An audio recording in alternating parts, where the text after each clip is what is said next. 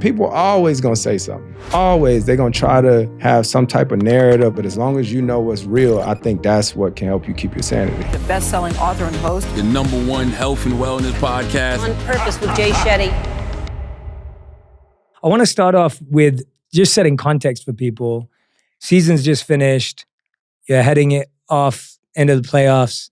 Like, how do you prepare at this time?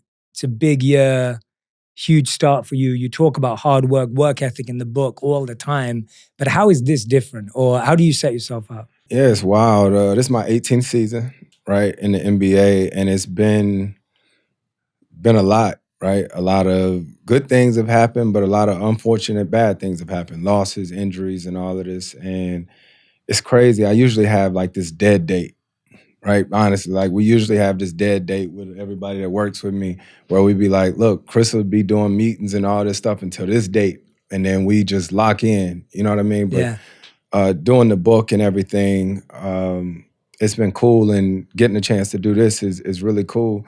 And so when you lose at something, right? Like one group of athletes I've always thought about is Olympians, right? Like the Olympics happen once every 4 years, right? And if you trip like in that race, that's it. Yeah. You got 4 years till you can get ready for it again. But see, for us, like when we lost last year in the playoffs, you know, you feel that heartache and that hurt. And it's like, I can't wait till next year. And now finally next year is here. You know, so we got 5-6 days to get ready for our first game, but it's nothing like it. Yeah. In the book, you said you think the game.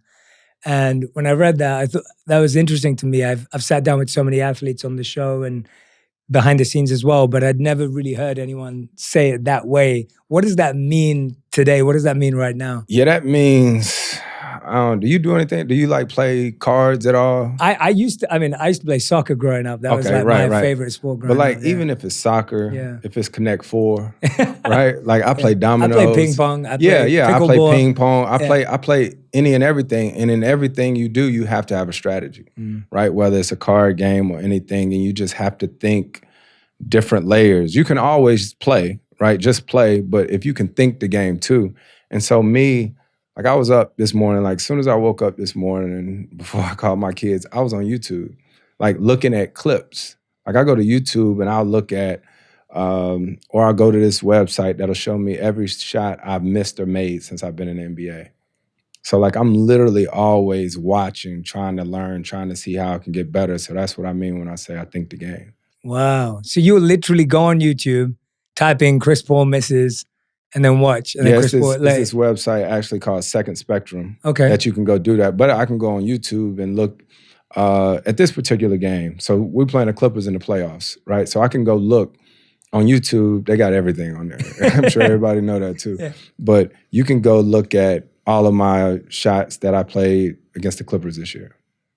Wow. Yeah. And so you just study. Study it. Study the game. Study who I might be guarding. Study your opponent and all this stuff. So then in the game, of course, talent and all that stuff, but at some point you still got to be able to think and sort of, everybody has tendencies. Yeah. We play 82 games, right? There's certain things that guys do on a regular basis. So if I can learn that and figure that out, the better. Yeah, I love that. And I saw that in your book too. It's almost like you're observing patterns. Right. Like there's all these patterns, and that's what you're saying. Like there's patterns over 82 games. And when you start spotting the patterns, it's hard for people to break them.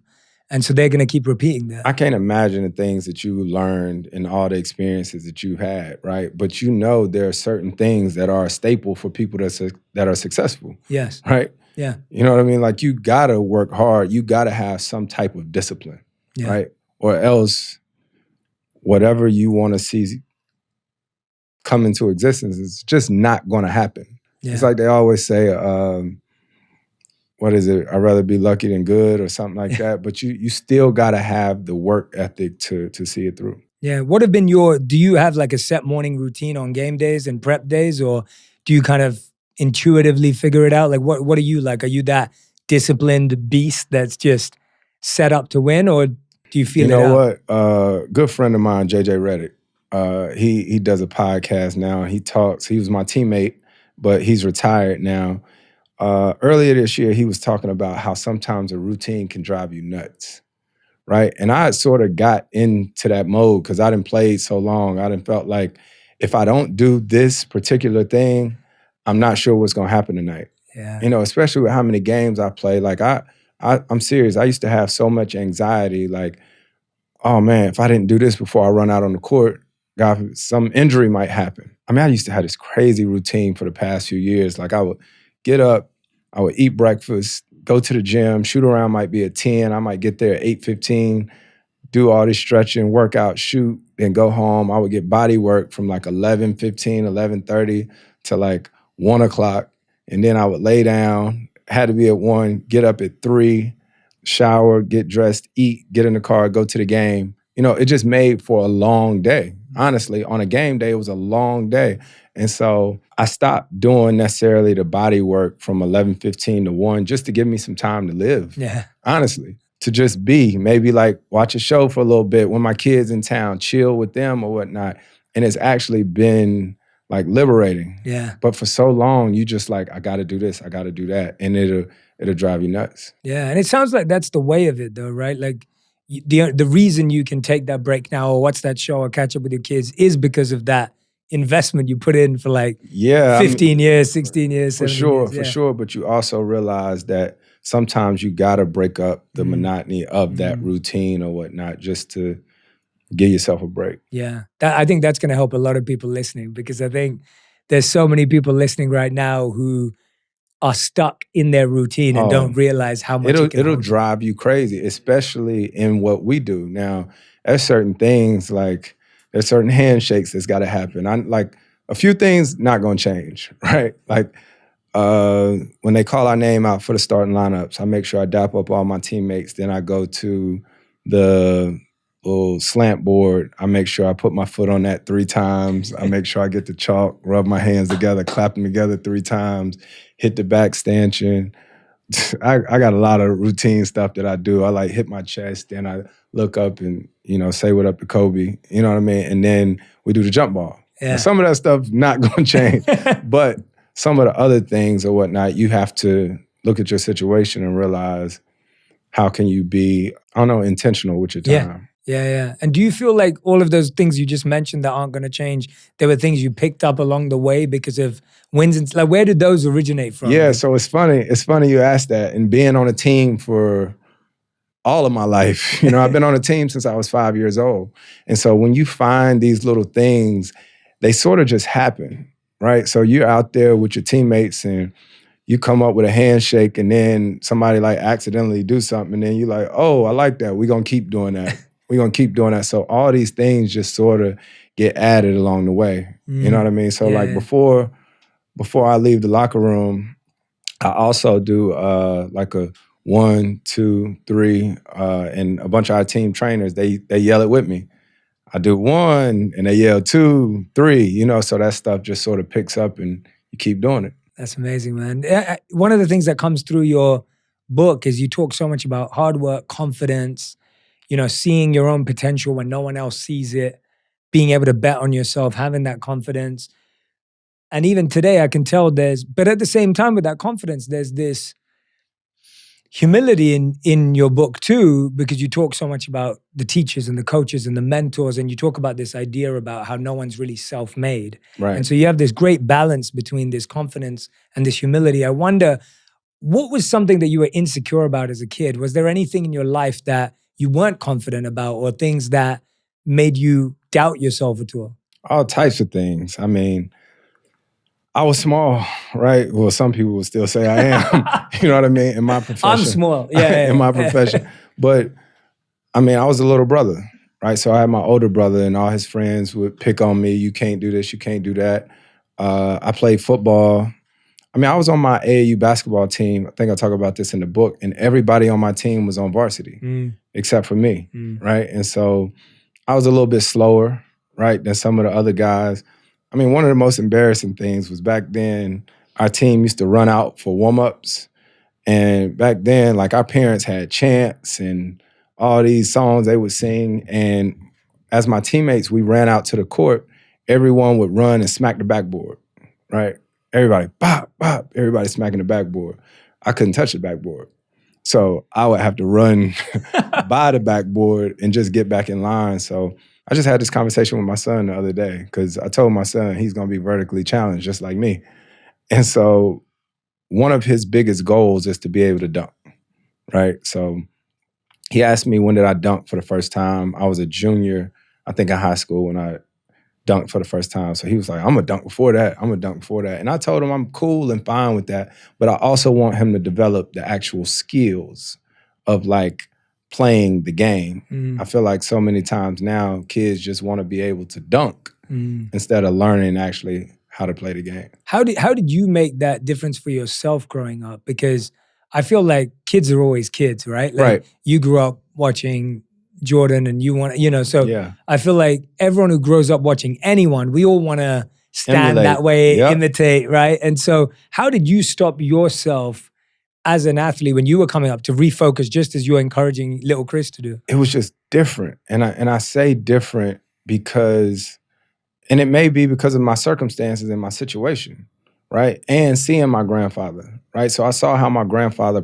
provided for my family in so many different ways, especially financially.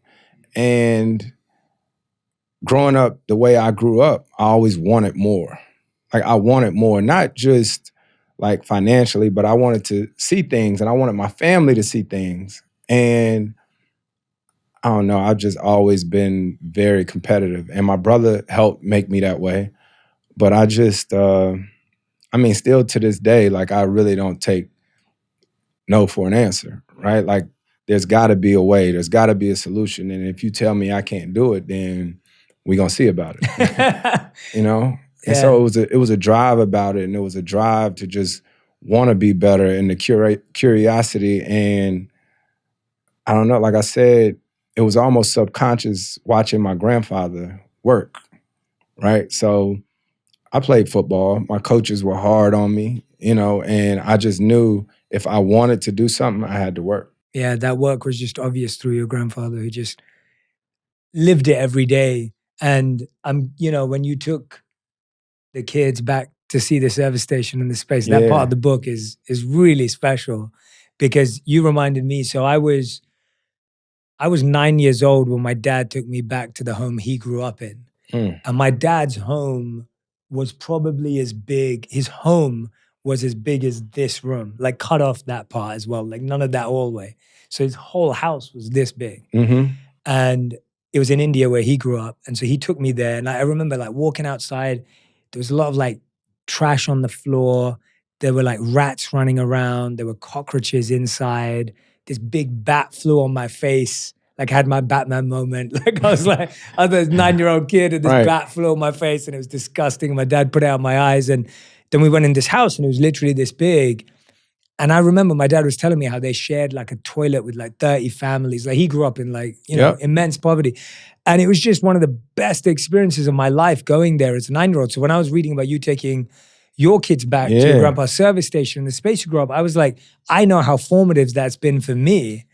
Walk us through what their reaction was and your reasoning actually. Everything that you just said is so valid. And if I'm gonna be very honest, like when you're a kid, you only know what you know, right? And so the times that something was going on and I seen my grandfather pull that wad of money out of his pocket, I used to start tripping. That's a lot of money to me, to anybody. And so, like as a kid, you want things. I mean, when we was in the car and we went to McDonald's or something, right?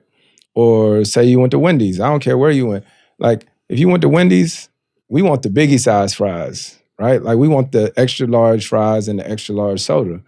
We couldn't do that. You know what I'm saying? Like my parents just wasn't doing it because we didn't have the money to do it. And as a kid, I watched movies too. Did you ever see Richie Rich? Yeah, of course. Right? Yeah, so great movie. you see Richie Rich, you see that movie, what was it, Blank Check? Yeah. You know what I mean? Yeah, like as a kid, it's like, dang, I'm trying to see what that be like. Yeah. Right? And so, of course, you want things, things, but the biggest thing that I learned is when I got to the NBA, right? And you can get those things, they don't complete you at all. Like, they don't. But what you start to realize is that with the money and the finance, at times you have an opportunity to change other people's lives. So that's when the work really just sets in. It's like, all right, I want to keep working because I want to keep providing and helping others or whatnot. So when it came to my kids, they live a totally different life than me and my wife ever did, right? And so this is so crazy. Like I'm picturing these real conversations that I have with my kids, because for me and my wife, like I wanted something different for my parents, right? And the hardest thing is trying to figure out how to get my kids motivated, because they can't get me and my wife a new house.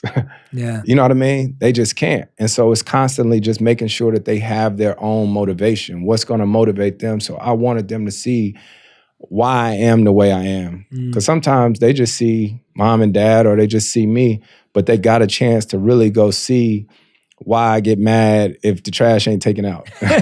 You know, because growing up, I was having to cut the grass. We were having to fold clothes, wash clothes, do all these different type things. So that's one of the challenges as a parent of how do you instill some of these things in your kids? Yeah, and throughout the book, you see just how conscious and intentional you are about the kids. And again, I think there's this healthy balance where like there's a lot of love for them, and you get that it's not their fault that they didn't have that experience. Like, yeah, but at the same time, you want to help them. And I think that it's such a hard balance to do. But it sounds like because you and Jada are taking it so thoughtfully and intentionally, that I just see it all the time, like the amount of celebrity kids who also feel the pressure, to be like their parents in their field. That's already a pressure. Second of all, there's a feeling, which I don't think a lot of people realize, but there's a lot of feeling of guilt for kids to be like, well, I didn't deserve this, or my friends don't have this, or like, I didn't do it. And then on the other side, which you get, is the entitlement as well. So it's so much to deal with. It's so much that goes into it, man. And I think the only thing for us that we've always tried to do is at least communicate with them, and don't make them guess or try to figure it out on their own. And even though I'm here somewhat giving advice or whatnot, or talking about my memoir, I'm always looking for advice. Some of the people that I've looked to as mentors or whatnot, most of our conversations have been on parenting, because this thing don't come with a manual. You know, it doesn't. And I'm constantly learning, adapting, trying to adjust, because kids for sure will like test you, you know. And I think it's been the best test that I've ever had, because they show you how to love unconditionally, and it's the best ride. Yeah, the part in the book that really got me was when because I don't have kids yet, and me and my wife have been together for around 10 years now, and we moved from London to New York to LA, and now we live in LA. But the last 7 years have been moving around, and you know, in our own way. Obviously, I'm not moving how you are, but still, kind of that feeling of not having a home. Right now, we know we live in LA, and we're happy there. But I often think about like how my kids will have a different life to the life I had, even in. So that the point I'm picking out of your book is when you're leaving LA, and you're talking to little Chris about it, and he's really upset about it, like, because he's made his friends and he's gonna miss him, and you can relate to that as a kid. It doesn't matter who your dad is. Right. It's like, as a kid, it's like your friends are everything. You're scared about what it's gonna be like going to a new school. I think that's when you're moving from LA to Houston. Yep. And you're feeling this discomfort. And I love what you say to him, where you're like, I need you. Yeah. And I thought that was amazing to hear a dad say, like, I need you. It wasn't like, you need to do this for me, or you gotta, you know, just fix up and be strong and man up. And how did you recognize that was the conversation? And Jay, I'm very visual. So even as you're talking to me, like, I'm envisioning when it happened. We were in my office at my house in Calabasas, and I'll never forget his face, ever. It was tough. And like I said, I grew up around the same friends, right? Like, me and my brother got a group chat with our homies back home that we grew up with. And that is probably one of the coolest things about my childhood. Whereas, I know, to each his own. Some people moved around a lot, and it gave them the ability to be flexible to different cultures and this and that. But it was cool having a home base. And so when we left, and Chris said that, it was hard. It was really hard, which is why we ultimately made the decision when we went from Houston to OKC to let them stay in LA. And it's always going to be hard. That's what you understand, is that there's no perfect life, there's no perfect family, because in trying to give them stability, now the last 4 years I've been without them.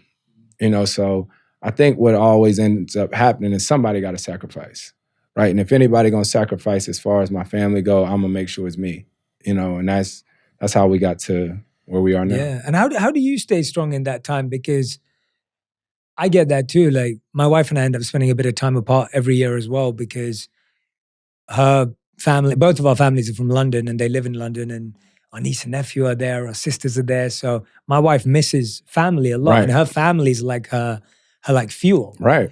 And so we end up spending quite a few months apart every year. And I wonder, how do you stay strong? How do you kind of like, what do you work on to make sure that you're filled up as well? Because like you said, it's a sacrifice, but at the same time, you have to be the one to I'm take looking for tips and advice every day. I'm telling you, it's so hard. And I tell you, I think the biggest thing that I try to do is make sure that I'm not too emotional in front of my kids, right? Because my kids are special. Like my son is so like thoughtful, and my daughter is the same way. And it's so different, right? My childhood was, my dad was the coach and all that. My mom was a team mom, so my parents never missed anything.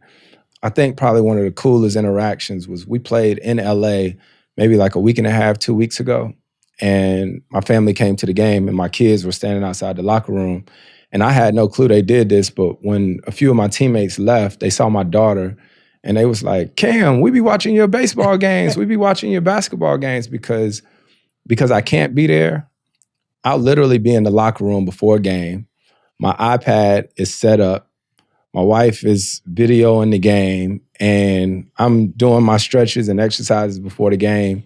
And anybody that's in the locker room, they can hear my daughter's game going on. So to see, my wife told me how much my daughter, like, she just lit up knowing, that I'm not there physically, but I'm always, at least watching and trying to when I can. I feel like kids feel that presence. I always felt like my parents didn't have a lot of time for me. They were both immigrants working hard, trying to put food on the table, but I always felt their presence, because when I was with them or when they did see me, there was a real connection there. Yeah. And I didn't need like 8 hours a day, 10 hours. I didn't have that luxury. They didn't have that luxury.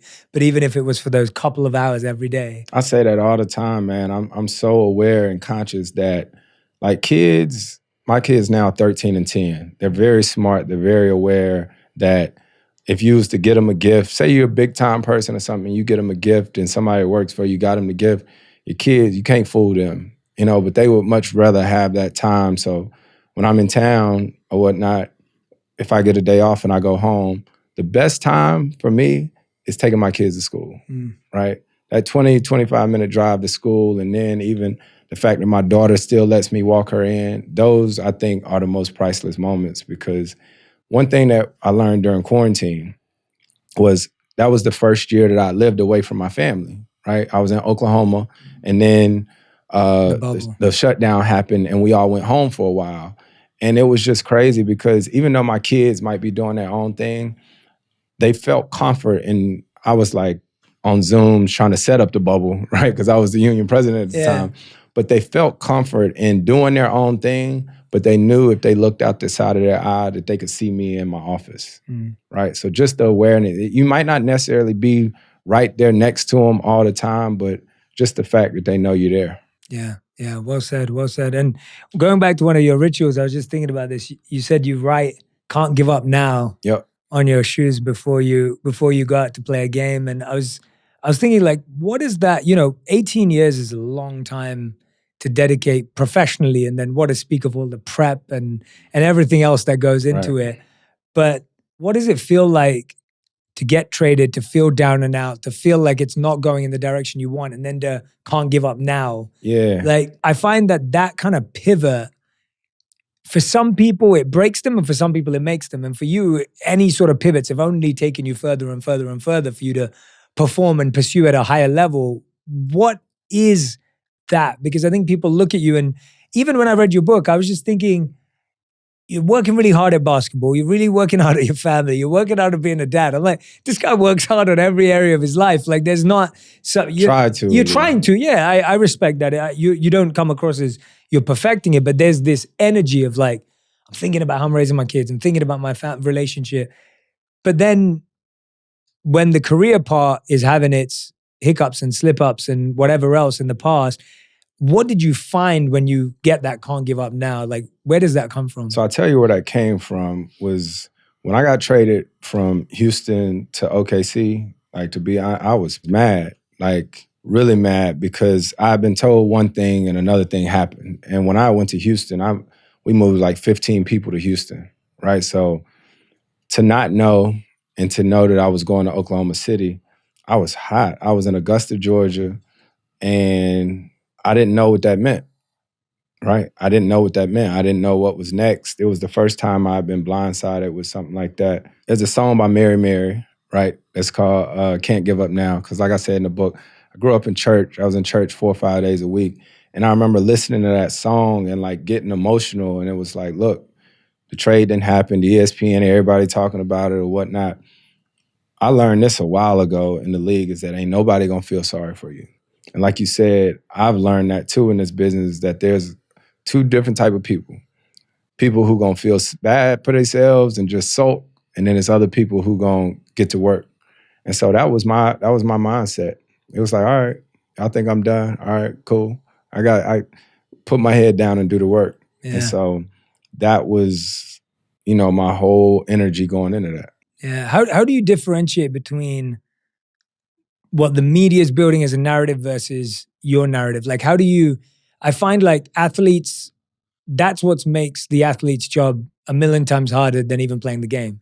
Yeah. Because especially now with social media where there's so much chatter, so much conversation, how do you keep your focus around this is reality and that's just noise? It's crazy you said that, because I learned something about myself even a few years ago. I can't have that clutter, right? And when I played back in LA, I think I said this in the book too, with the Clippers, Doc Rivers, he used to talk about getting rid of the clutter, right? So when you get home from a game, if your team lose, everybody that's with your family and all that, what they gonna do? If y'all lost the game, what they gonna say? Yeah, hope you're okay. It was everybody else's fault, right? Like if you lose a game and you get home, everybody in your family they're gonna be like, this person wasn't doing that person wasn't doing that. They ain't never gonna say nothing about you, right? And so that's literally clutter, right? And the same thing I've learned years ago in the playoffs. Like in the playoffs, you gotta win 4 games out of 7, right? And I don't care what anybody says about social media or whatnot, but if you win a game in the playoffs and you go on the social media and you had a great game and everybody talking about you like you the best thing since pants with pockets, then you might let your guard down, right? And the same thing if you don't have a good game and you go out there and everybody's talking about how sorry you are, you might lose a little bit of confidence. So for me, I try to block out all of that noise. You know what I mean? So that's like when the playoffs start, I don't want to see what ESPN talking about. I don't want to see what Bleacher, I don't want to see what none of them talking about, because you got to just stay locked in and stay focused. And as long as you know what's true, you know what I mean? Yeah. People are always going to say something. Always. They're going to try to have some type of narrative or whatnot. But as long as you know what's real, I think that's what can help you keep your sanity. Yeah. And I think that's one of the hardest skills for anyone, let alone someone who a lot of people in the world are talking about. Like that's, I can imagine that affects kids today. I'm sure kids feel it at school and you see that with them at school. Like, and see, this is the thing I tell you, and I'm not a parent, coach, or anything like that. I can only tell you my experience, but what I've learned with social media with kids, right, and having a 13 and a 10-year-old is that when I was growing up, if a girl didn't like you or something like that, you dealt with it at school, right? Once you went home, you didn't have to deal with it, right? You just saw her at school the next day. Now with phones and social media and all that, one thing I know is that these kids are dealing with things all day long, right? It could be on Snapchat, it could be on Instagram or whatnot. And if us as adults, if we can't handle that mental capacity, like I said, I can't handle that. Like I'm on Instagram, but I'll go weeks without even looking at it. You know what I mean? Just because I feel like, with our stories and stuff like that now, we ask people how they doing. We already know what the hell they done did for the last 3 weeks. You know what I mean? So that's just me. Yeah. There's, I want to shift here because what I found was really special as someone who was reading your book and just, again, like I said, learning so much about you. It was like, you said that your grandpa, used to encourage you to listen to obituaries. And when they came on and he'd tell you more about that person too. Like he had this amazing memory. It's weird though. I ain't gonna say. It was weird and kind of strange because like it wasn't no like iPhones where the alarm went off and he knew to do it. It's like everybody would be working and my granddaddy would just be like, cut on the obituaries. And as soon as somebody hit the little radio player, the song would be playing. It's like kind of morbid. And they would just start naming off the people who had died, right? And I mean, everybody out there working and you might hear Mr. Ulysses or Bo or somebody say, oh, such and such died. They didn't know. And my granddad might start talking about one of them, but because I talk about my grandmother dying when I was 7. Mm-hmm. That was my first time, being faced with death. And then it's crazy. It was a funeral home in our hometown called Russell's Funeral Home. Like once every 2 weeks or whatnot, they would bring their fleet of cars up to the service station because they had it's crazy to think about it now, they had a business account, right, with my granddad's service station.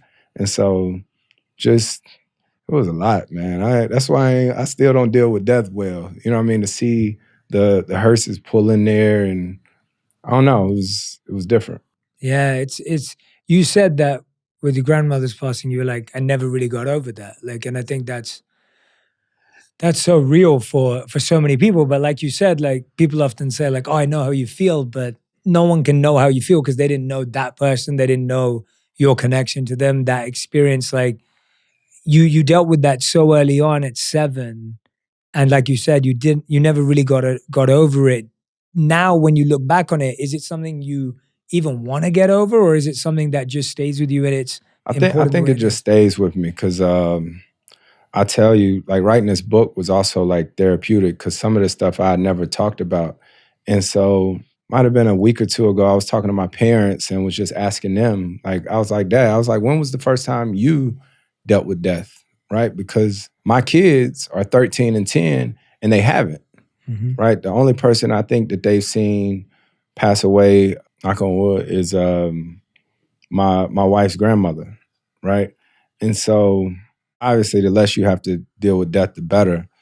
But I mean, as soon as I go to a funeral, right, all those emotions from when I was 7, they come right back. They come right back. And it's something about the closure aspect of it and somebody not being there anymore. I'll tell you something really cool. My dad, when I grew up as a kid, videoed everything. Every one of my games was VHS, all of that. My dad found a bunch of those tapes and he had them converted into DVDs. And so recently, maybe 3 weeks ago, he sent the DVDs to me. He hadn't even watched them. And I put one of the DVDs in and I was watching it. And we used to have events all the time at this place up the street from our house. And I was looking at the video and I was like, what is this? And I kept watching it for a while and my granddad walked in. It was actually a video from his 60th birthday, right? Literally just 3 weeks ago came across this. Wow. And it was emotional watching it. And I started filming some of it because I hadn't heard my granddad's voice in over 20 years since he passed away. I took a video of it and I put it in our family group chat. My mom called me. She pulled over to the side of the road and she was crying because you don't think about stuff like that. You know what I mean? My kids, they know the story of my grandfather. They know all of that, but they had never heard his voice. My wife, I didn't know she had never heard his voice, right? So to have this footage now, and my brother talked, wishing him a happy birthday, and I'm anxiously watching. I'm like, man, where am I? Where am I? Because you see everybody setting up, and then you see somebody say, all right, everybody be quiet. He about to walk in, because it was like a surprise. And so when I heard somebody say that, I was like, oh, I must be bringing him in to surprise because we used to be together all the time. And then he walks in and then I don't see myself. And I'm like, where am I in this video? And as my brother's giving his happy birthday speech to my granddad, he says, if Chris was here, he would have said the same thing. And then I like, just this whole feeling came over me because I wasn't there. And I called my mom. I was like, Mom, where was I? Where was I? And she was like, you had to be at an AAU tournament. And so it was crazy. Like I was getting emotional again because I was like, damn, that's sort of been the story of my life, is missing stuff. You know what I mean? But it's crazy. Like I said, death and all this stuff, you never get over it. And you're not reminded of it until you face with it again. Yeah. Thank you for sharing that story, man. I mean, that's like to be reminded of being absent because you're pursuing your dream, but then, the stuff, like you said, sacrifice. You said Right. something has to be sacrificed, but I can't imagine what it felt like to, reconnect back with that memory through finding an amazing tape, but then feeling like you're not there. Especially at this time with the book coming out, to finally see that was really cool. And I got my little cousin AJ and Takoya, who like 29 and 27. They had never heard. AJ had, but they were kids or whatever when he died, so they hadn't heard anything. Yeah, yeah. What do you think was a lesson? There's so many lessons in the book that you learned from your grandpa, and that are, I think people should read the book to learn the depth of it. But what's the lesson that you think you carry in your heart the most, that stays with you right now till this day, that you feel lives with you? Man, it sounds so generic, but I say the work ethic, right? But it's crazy because I could sit here and say, you gotta work, it's the work ethic. But I will also say it's the balance, because it's the one thing that I also learned about my family. And my mom said this, and I never even thought about this aspect of it, was that my grandfather worked so hard. And I think I said this in the book, that was all he knew. So he never actually, I don't want to say enjoyed our family, but he never like went on vacation. You know what I mean? And I'm not saying you got to go to another country or something like that, but just try to make sure that there's balance, and make sure that, of course, you got to work to provide, but make sure at some point you take some time to enjoy the people around you and your family. Because my mom said that the one time that my granddad actually went on vacation was when my grandmother was about to pass away. Mm. And so it wasn't until he seen that he was going to lose my grandmother that he was like, okay, I need to do something with her. Yeah. And you talk about how like he used to finish work at like 7 a.m. to 7:30, and then he started ending at 6. Yep. And you were saying like to some people that may not be a big thing, but to you and your family that was huge. That was huge. Because all you saw him do was work. All we saw him do was work. And when my grandmother died is when anywhere he went, I tried to go with him. And it's tough, man. Like I keep saying, my mom is unbelievable, because I'll be 38 in a few weeks and I still got mom and dad. And it's not till I got older and I started I was like, man, Mom, you lost mom and dad, so I can't imagine that. Yeah. Yeah. And how did they process it? Because you say in the book, like how, we don't always do therapy. We don't always talk about it. Like, have you helped them with their grief while you help yours? Do you find it useful as a family to connect, or is it? It's crazy. I don't think my parents have read the book yet. I'm so excited for them to read it. I want them to read the book, but I also want them to listen to the audiobook, because I did the audiobook so they can actually hear my voice. And I think when they read it, they probably gonna learn some stuff about me that they probably don't know. And I know my family is extremely emotional, and a lot of times we're all working, we're all on the move, we're all on the go. But I think it's gonna be something cool to talk about once they read it. Yeah. What do you think is gonna shock them the most, or surprise them the most, or something you think that they're gonna be, maybe even, is there anything that would make them uneasy? What do you think? I don't think anything's gonna be uneasy. Some of it probably be funny. Because I talk about some of me and my brother's like childhood growing up, my parents never talking to us about sex, all this different type stuff. Yeah. But it's gonna be real cool. And I think they'll probably, I try to tell my parents how much I appreciate them all the time, but hopefully they get more of a feeling of that through the book too. Yeah. Do you think, you were talking about the hard work and the balance, and it's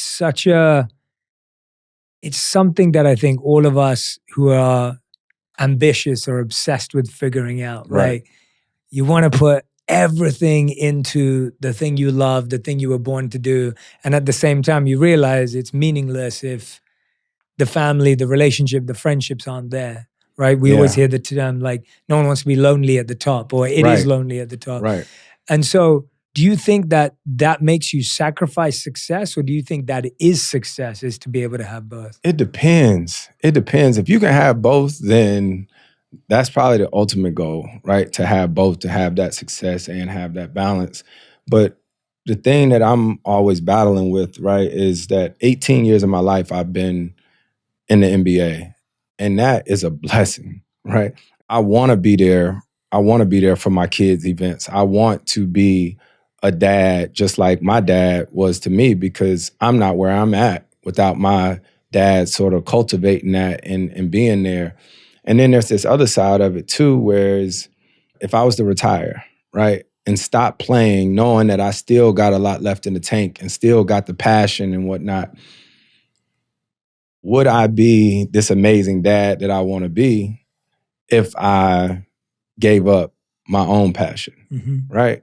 So that's the hard real. decision. That's the hard decision that everyone has to make all the time. And I constantly have those conversations with my kids and my wife about it. And, you know, we ultimately sort of decided that they wouldn't like the person that's at home if I stopped playing prematurely. Yeah, that's so real, man. I think that's like that's the biggest realization of like how if you're not living your purpose, the person you become is like a figment, like a little tiny piece of who you really are. Right. And then everyone's getting that leftover version of you. Exactly. And so it's crazy. You just never know. Is, you know, that time, you know, you won't get that time back. It ain't like you can stop playing and then call the NBA in 4 or 5 years, be like, yo, pick me back up. Yeah. You know, but also you don't get that time back with the kids. So it's what we all trying to figure out. Yeah.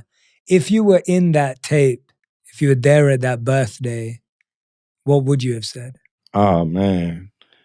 I'm sure it's a tape somewhere from one of those other birthdays, but I know I would have just talked about how my granddad was my best friend, you know, and how I was happy for him to be there. And I probably would have said something about him not having his teeth in. You know, in the video that I seen of him, he didn't have his teeth in his mouth. So as soon as I seen him walk in and his whole face was closed up, I was like, oh, where's my granddaddy teeth at?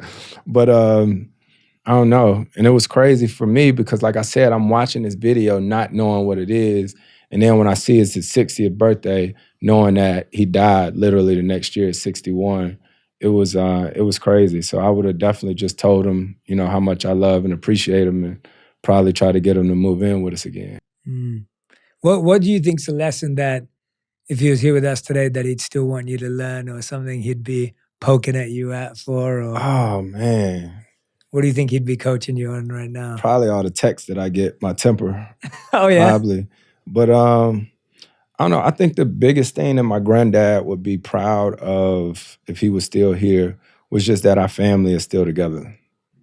You know what I mean? I think that's the biggest thing that he'd be proud of, because he had my mom and he had my Aunt Rhonda, right? And so the fact that even in LA, that's where my wife and kids lives, where my brother lives, that's where my Aunt Rhonda's kids, AJ and Koya, live. Like all the holidays, we all still get together, even after all this time. And I think that's what he'd be most proud of.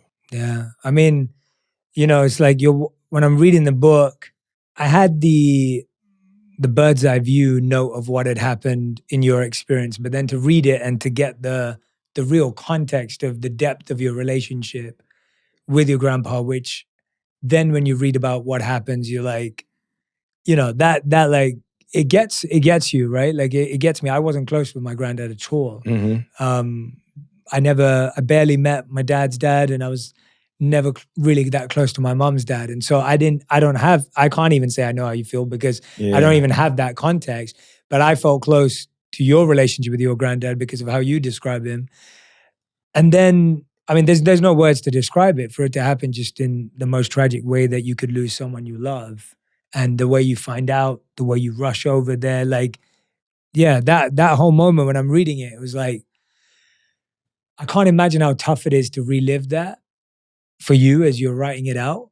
And why was it so important to share that piece? And why did it mean so much to you to share that piece? Yeah, I think it was important for me to share it. Just selfishly, it was for me too, to talk about it and also to show why I am sort of the way I am and why I'm wired the way I am.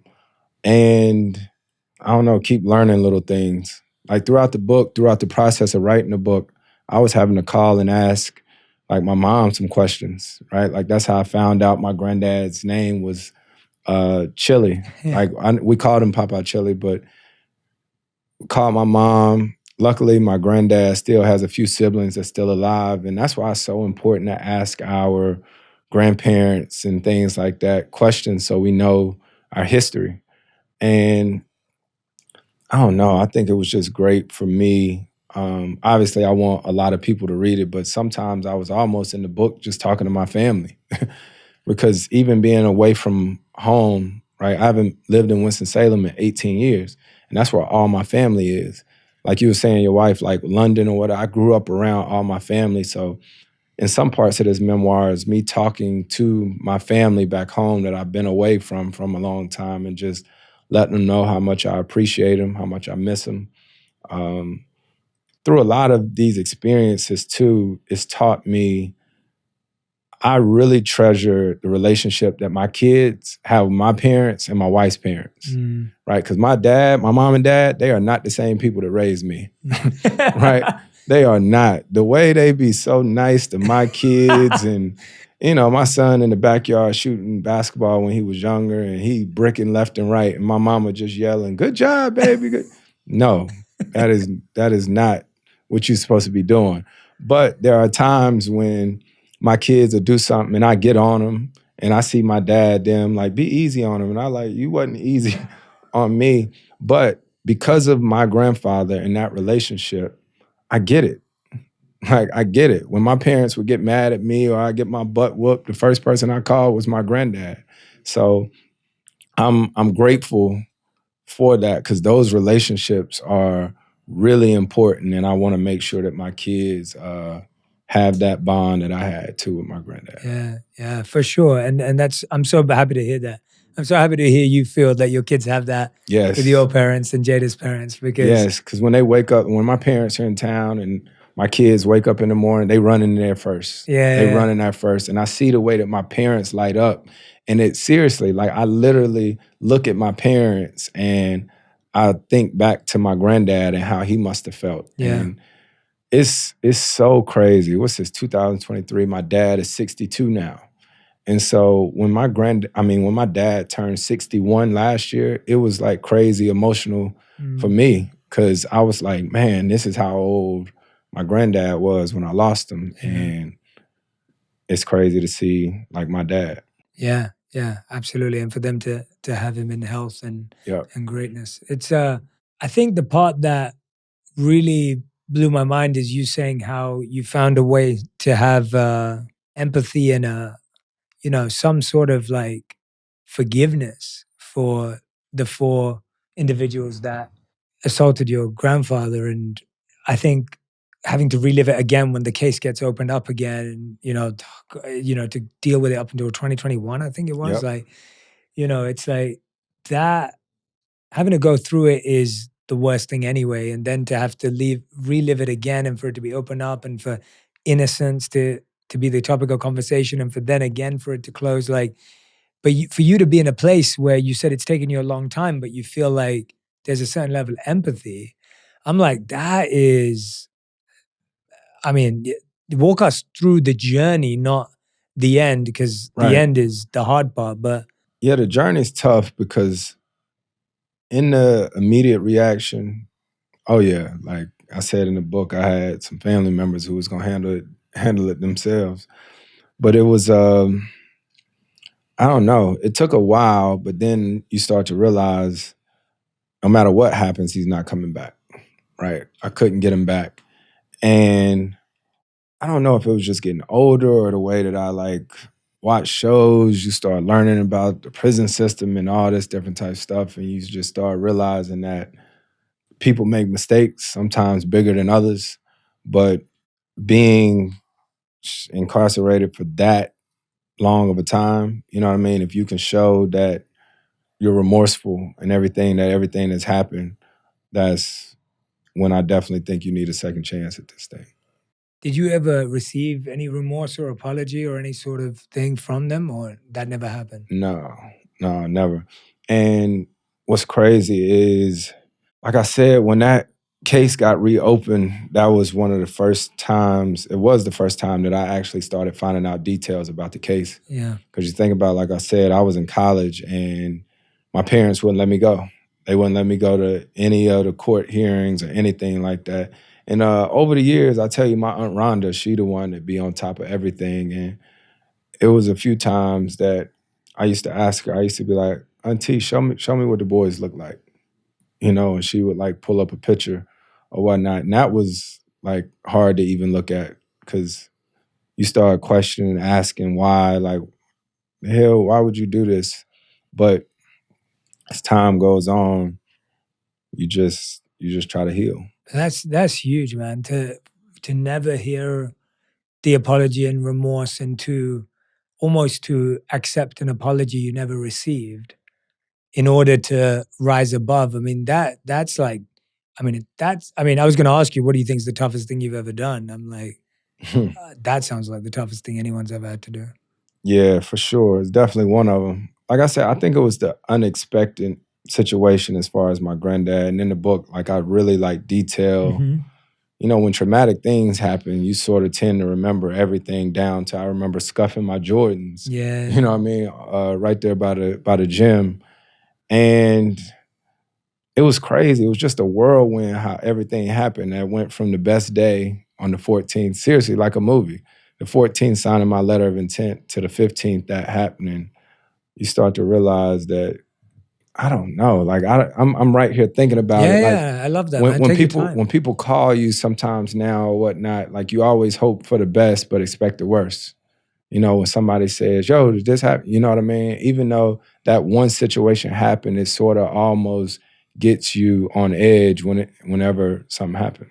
Yeah. Well, I think that the book is genuinely like, it's a beautiful dedication to your grandpa. Like, it is like, I can't imagine anyone in the world who wouldn't be super proud to be honored in that way. Like, it's such a beautiful honoring of a person that you loved. And I don't think I've ever read a memoir that felt like an honoring of someone else. Man, I appreciate it. I really mean that. It's like, I was reading, I was like, you know, obviously you do share so much about yourself, but so much about yourself is in him. For sure. And from him. And so, you know, to read something where someone honors, like almost offering your life as an honoring to him, is to do that in a memoir. It's very, very special. It's like very special. How many books have you written? Written at two. Two? I'm on my third. Yeah. Oh yeah, this is one. Yeah. And that took a while because like you said, I wanted you to be able to feel like what I was experiencing and what I was going through. And it's cool. It's really cool. It's really cool to hear that you read it all. That sort of made me nervous when you said that too. Because it's probably not always going to be the best or whatnot. But if somebody can draw any experience from it, right? Any experience from it. And I think then that was a win. Yeah. And I didn't mean to scare you. I just wanted you to know. You know, I feel like when I started to dive into you and it, I was just like, I just needed to feel like I had a real grasp of what you'd gone through to honor you in this way as well. No, like for sure. when I sit down with someone, I feel like I'm trying to some degree, appreciate and honor their life, because it's my ability to also capture you as a human. And even the name, like I remember when the book first came on my desk and I was trying to figure out, like I didn't get the physical version, but the digital version. When it first came to me, I was like, oh, 61, interesting. And I started diving into everything around it. And what did it feel like when in that game you when you talk about all the feelings that rush through your head of like, oh, that's the record of Jordan at 67. And, I feel like when you're in that place, so many things are flashing in between your eyes. Like just walk us through that. It was crazy because, like I said, the high school that we played against was my mom's old high school, Parkland. And the most I had scored in a game up to then might have been like 34 or 36. And I know that when death happens or things happen for me, a lot of times I get quiet, right? And a lot of times that's because I'm just trying to collect my thoughts or trying to breathe, or I don't necessarily know what I'm always thinking, but I knew that I wanted to try to honor my granddad somehow, some way. And I didn't want everybody to know. Mm-hmm. I'm one of those people that just like try to get it done, right? Get it done. And when it happened and I had 59 and I drove and I scored the 61st point, I think about it, that was 20 years ago, right? 20 years ago. So I couldn't foresee that I would be in the NBA, all this different type of stuff. But that was the highlight, right? And I just never forget being so tired and exhausted because emotionally I'd been drained, right? Had literally been drained, and seeing my dad over there on the bench and my brother or whatnot just made it that much more emotional. And I knew like right then that all my family was in town or whatnot. And that's something that would always connect us for the rest of our lives. Yeah. I think for so many people who went through something like that 20 years ago, it's easy for all of us on the outside to look back now and see how incredible it is. But for so many people, that would have been a very valid reason to give up on their dream or for it to not happen because it derails you and it can derail your life, and that would be completely valid. But to actually look back at it now and go, this career is dedicated to this person through your lens, it's remarkable to think that you could find the courage to step up again and go from that. Yeah. So, I think what's even crazier for me probably at this point in my life is that I've actually been without my grandfather longer than I was with him, right?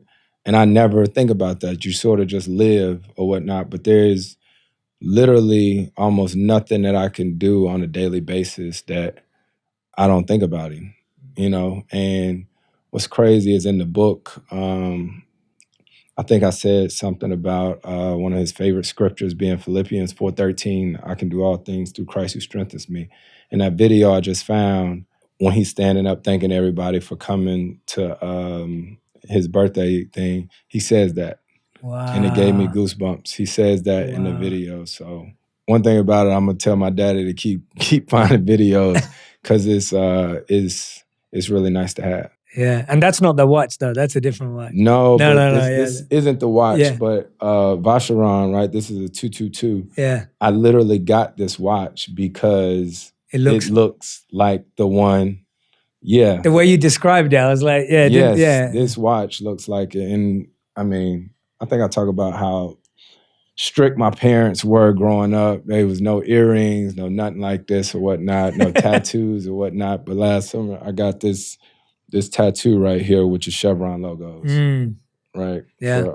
For my granddad. Yeah, I love getting to do this because I even just sitting with you right now, I'm thinking in my head, I'm so grateful that I came out today to sit with you to have this opportunity because it takes a lot of courage to sit with someone and for them to open up in this way. And obviously, you have a book to do it. And I was really fortunate to have the same experience to sit down with Kobe in 2019.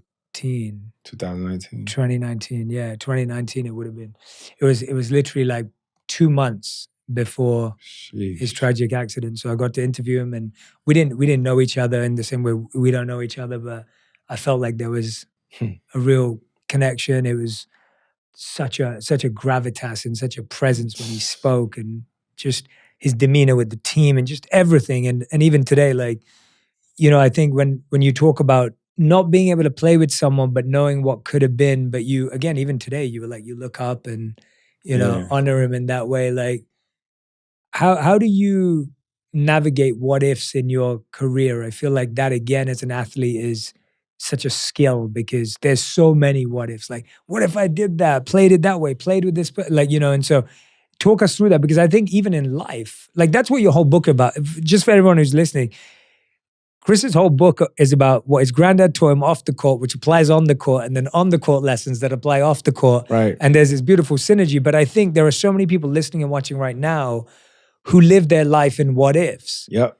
And you've had a lot of what ifs. That's the big one you call out in the book. How do you breathe and live through that? You know what? It's 24 chapters in my book, you know what I mean, as a tribute to Kobe. Mm-hmm. You know what I mean? And I was actually on the phone with Adam Silver yesterday, and I brought up a Kobe quote talking to him, and I actually talk to Vanessa every now and then too. That's probably one of the coolest, if not the best award that I've gotten since I've been in the NBA was a year before last. They started a Kobe and Gigi award, and I was able to get the first one that they did. And so Kobe was just different, right? In the way he approached things, but the way we competed against each other. And I think in the book, what I keep talking about when you say the what ifs, right? I always say if there was one thing that I could change in my entire career, it wouldn't be wins and losses. It would be how I rehabbed after my very first surgery, right? So I had surgery on my meniscus back in 2009, right? And I was so young, 2009, 2010, and I was so young at the time that it was like, all right, they did the surgery. Okay, I'm gonna be fine, right? Didn't really take rehab that serious because I was just so young. It was like, okay, they fixed it, I'm gonna be fine. But because of that, I've had so many different things over my career, different hamstring things or whatnot. And me and my agent was talking about it the other day, but sort of the story of my career has been the different situations that have happened over my career, how I've learned from them. Mm. Right? So an injury that I had, right? It taught me something, and I was like, okay, I'm gonna figure out how this is gonna make me better, right? I get traded or whatnot. Okay, they feel like I ain't performing well enough or I'm not playing enough games. How is this gonna make me better? So every time something has happened, right? You know, like I talk about in the book, the craziest thing, probably one of the craziest things in my career was that injury in Houston. Mm-hmm. When I got hurt and we were a game away from going to the NBA Finals. And so had that not happened, had I not hurt my hamstring that year and then hurt it again the next year, I don't think I still would be playing in the league right now. Mm. Because all of that stuff was a wake-up call to me. It was like, I got to change something. I got to change something. I got to figure this out.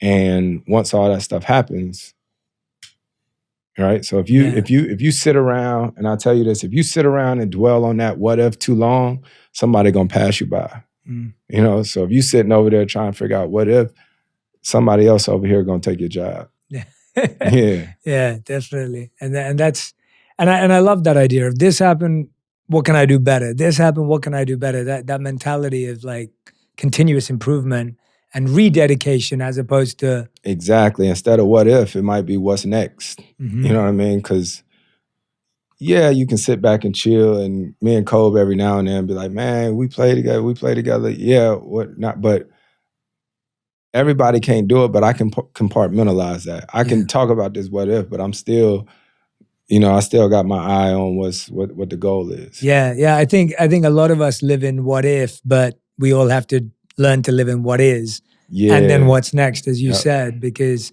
that's all we have. Yep. And I love hearing that. It's great, but what I appreciate is it's a nuance. It's really subtle what you just said there, and I want people to appreciate it, because what you're saying is I can feel this way, I can compartmentalize it, and I can move on. And I think that's super healthy, because I think a lot of us pretend like we don't have what ifs. Right. Like it's easy to walk, and I love what you just talked about with your injury. It's very easy to walk around and be like, I've got no regrets. I have no what ifs in my life. But the truth is we all have them. Yeah. And if you don't address them, they're gonna come up somewhere. Exactly. But you're saying, no, you have it, compartmentalize it, and then focus on what next. Right. That really otherwise resonates. You're gonna be sitting around telling them high school stories or whatnot that don't nobody care about no more.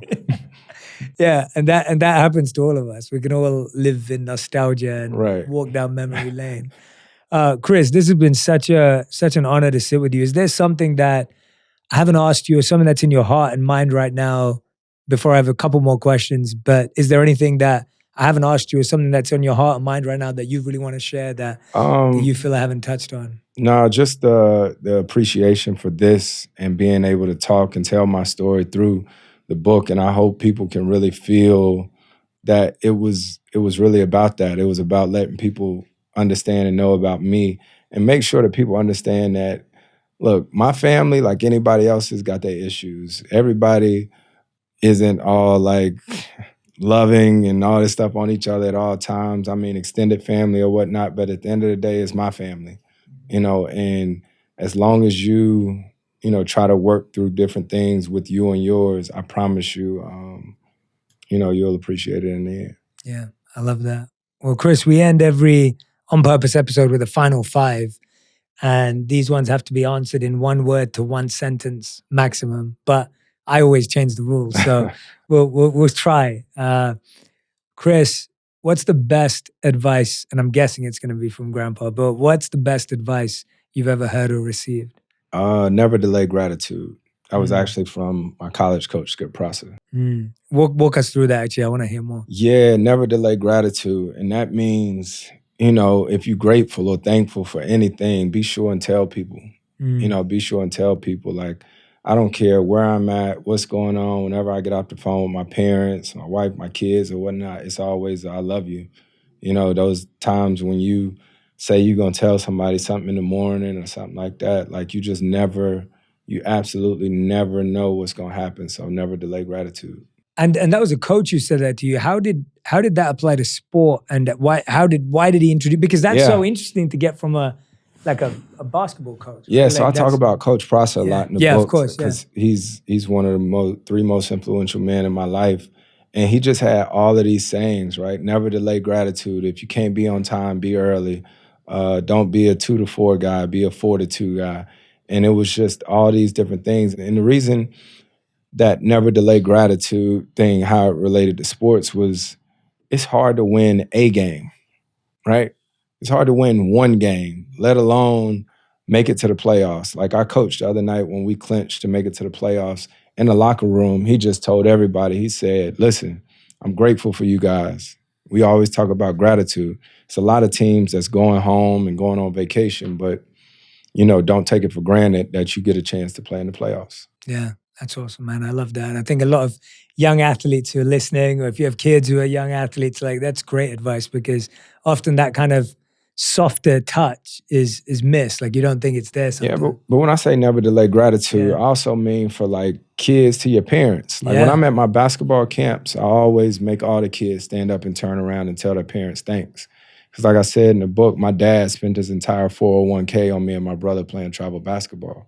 So that's where these kids, they get to go do all these camps and all this stuff. And don't delay gratitude. Tell your parents thank you, because every kid's not getting that opportunity. Yeah. Actually, I want to take a side note on that, because one of the things I was blown away by in your journey is just how much purpose and giving back and service is such a big part of how your foundation, the way it's set up, when you walk through the murder of and the death of George Floyd and Black Lives Matter, and then how you're dealing with it in the bubble, and of course with your role at the time, and you talk about how like you changed the messaging 3 times. I went from peace to I forgot what the other one was. Say her name. Yeah, I think it was equality. Equality, yeah, correct. Yeah, exactly. And you shift through it. And I was just thinking, like, there's just so much intention in your life with all the work that you've chosen to do. What's been kind of like a meaningful fruit or result that you've seen that has really... It's a lot of different things, and I'm fortunate to have an amazing team that works with me or whatnot, because obviously I'm dealing with a lot of different things on a given day and trying to be the best athlete that I can be, but they're constantly bringing different things, saying, hey, would you like to support this, or could you do this? And I'm always trying to, as much as I can, and I think the most valuable thing that I have is time. So even if it's before a game or after a game, giving a young kid an opportunity to watch me warm up, or taking a picture with them and just giving them your undivided attention for 5 minutes is one of the most valuable things that you can do with anybody. Yeah, absolutely. And I want to read this out because it's so powerful. So last March, Chris was the only athlete appointed to President Biden's advisory board on historically Black colleges and universities.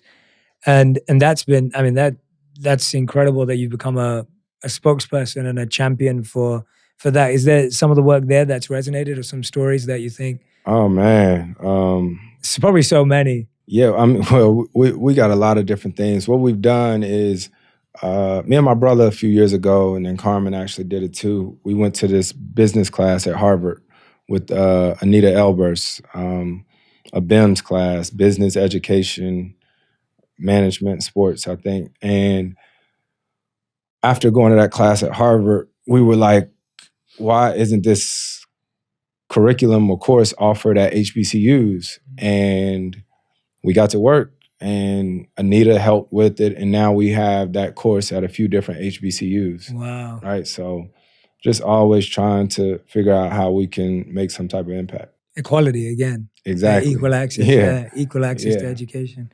It's incredible. I'm glad we went there, actually. Second question, what is the worst advice you've ever heard or received? Worst advice, that cheese tastes good. Cheese is disgusting. Like, seriously, I've never had a cheeseburger, macaroni and cheese, none of that. It's disgusting. I thought you were talking about cheeses and money.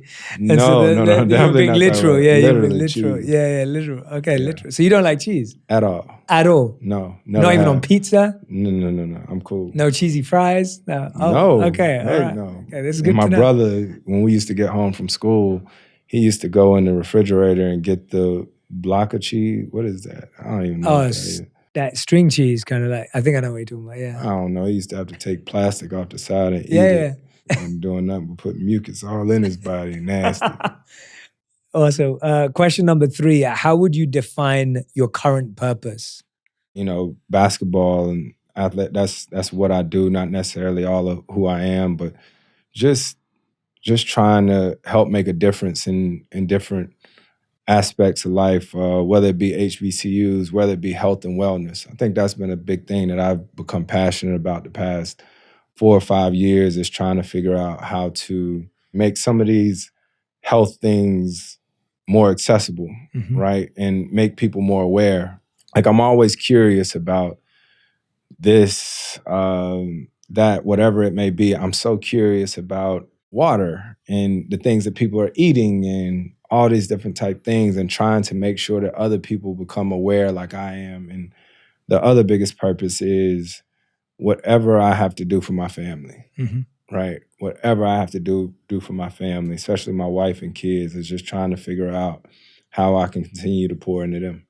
Question number 4, what's your reaction to the title point guard? Oh man, the point guard thing has been, it's crazy. I don't even know when it started. I don't even know when it started, but it's a privilege, right? Like a honor, basically, that people see you playing the game the right way. Now, it ain't some like worshiping thing or whatnot, but I get really like kind of shy and bashful when people say that or whatnot. But it's cool to be even in that consideration and playing for as long as I played. That's dope. 5th and final question. If you could create, we asked this to every guest who's ever been on the show, if you could create one law that everyone in the world had to follow, what would it be? Take your time. Ooh-wee. One law that everybody in the world had to follow, what would it be? And take your time. There's no rush. Oh, that's everybody got to get them guns up, man. Everybody come turn them in. Everybody come turn them in. Everybody. So if we got some beef or something like that, or somebody got to do something, you got to fight it out. You got to fight it out. I don't know. That was the first thing that came to my head. Yeah.